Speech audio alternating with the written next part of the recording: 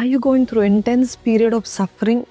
తీవ్రమైన నొప్పి, తీవ్రమైన కన్నీర, తీవ్రమైన బాధనే దేవుడిది చెప్పమని పదే పదే నాకు ప్రేరేపిస్తూ వచ్చాడు. కానీ I been delaying it and I feel so sorry for that. But God has been telling me, tell my people rest.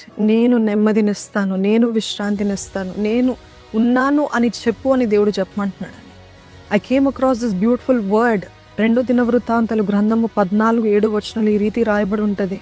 మన దేవుడైన యెహోవాను మనం ఆశ్రయించినందున ఆయన మన చుట్టూ నెమ్మది కలుగజేస్తాడు. ఇంగ్లీష్లో అయితే we have sought him longing for him with all our heart and he has given us peace on every side. Amen. నెమ్మదినిచ్చే దేవుడండి.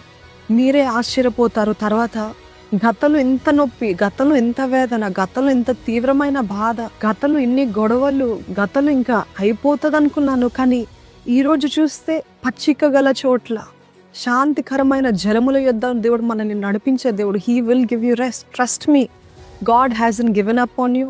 God is not done with you. మీరు వెళ్తున్న ఈ పరిస్థితి ఇదే అంతం అని అనుకుంటున్నారు, కానీ no, it is not the end. God wants to give you rest. He really wants to give you rest. Don't give up just yet. దేవుడు మీకు చక్కటి సుందరమైన జీవితము మీకు ఉద్దేశించాడు. ఈ ఇంటెన్స్ పీరియడ్ ఆఫ్ సఫరింగ్ తర్వాత దేవుడు పచ్చిక గల చోట్ల నడిపిస్తాడు, పరుండ చేస్తాడు. దేవుడు నమ్మండి. This is just a season. This is just ఒక కాలము మాత్రమే. ఈ సీజన్ అయిన వెంటనే దేవుడు మీకు విశ్రాంతిని ఇవ్వాలని ఆశపడుతున్నాడు. Believe God, trust him.